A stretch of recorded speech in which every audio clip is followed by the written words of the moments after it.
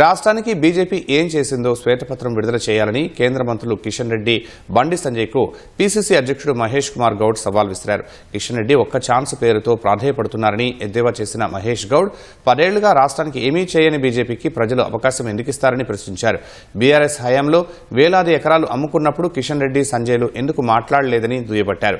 Metro విస్తరణ, మూసీ పునరుజ్జీవం, ఆర్ఆర్ఆర్ సహా ఏ ఒక్క ప్రాజెక్టుపైనా సహకరించకపోగా కిషన్ రెడ్డి అడ్డుపడుతున్నారని ఆరోపించారు. కేంద్రం సాయం చేయకపోయినా ఉన్నంతలో రాష్ట్ర ప్రభుత్వమే పనిచేసుకుంటూ వెళ్తోందని తెలిపారు. గుజరాత్లో ముస్లింలకు రిజర్వేషన్లు ఇవ్వట్లేదా అని ప్రశ్నించిన మహేష్ కుమార్ రాష్ట్రంలో బీసీలకు 42% రిజర్వేషన్లపై మాత్రం కుంటి సాకులు చెబుతున్నారని ఆక్షేపించారు. బీఆర్ఎస్, బీజేపీ మధ్య రహస్య ఒప్పందం ఉందన్న పీసీసీ చీఫ్ ప్రభుత్వాన్ని ఏఐసీసీ నడుపుతోందన్న సంజయ్ వ్యాఖ్యలను తీవ్రంగా ఖండించారు.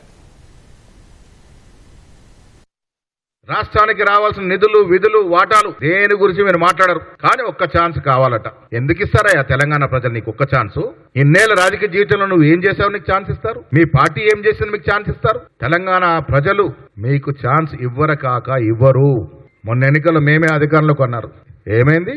8 సీట్లు ఇచ్చారు మీకు 119లో. ఒక్క ఛాన్స్ అని అడిగే ముందు ఓపెన్ గా పత్రికల ముందు వచ్చి మీరు ఏం చేశారు ఈ తెలంగాణ కోసం, మీరు గాని మీ బీజేపీ పార్టీ గాని తెలంగాణ రాష్ట్రం కోసం చేసిందేమి, తెచ్చిందేమి, ఒక్కసారి వైట్ పేపర్ రావాలి. మీరు శ్వేతపత్రం ప్రకటించాలి. ఇలా మా ప్రభుత్వం ఉంది ఇక్కడ. ఉన్నప్పుడు కూడా మీనాక్షి నటరాజన్ వచ్చి అందరికి విన్నతులు అందరు చెప్పే విషయాలు ఎందుకు వింటా ఉన్నాం? ఇది ప్రజాస్వామ్యం. ప్రజాస్వామిక స్వేచ్ఛ ఉంది కాబట్టి వింటా ఉన్నాం. కేటీఆర్ లాగానో, కేసీఆర్ లాగానో, సంజయ్ లాగానో డిక్టేటర్షిప్ ఉండదు మా పార్టీలో. ఏ నిర్ణయమైనా సమిష్టిగా చేస్తాం. ఆ అలవాటు ఉంది మాకు.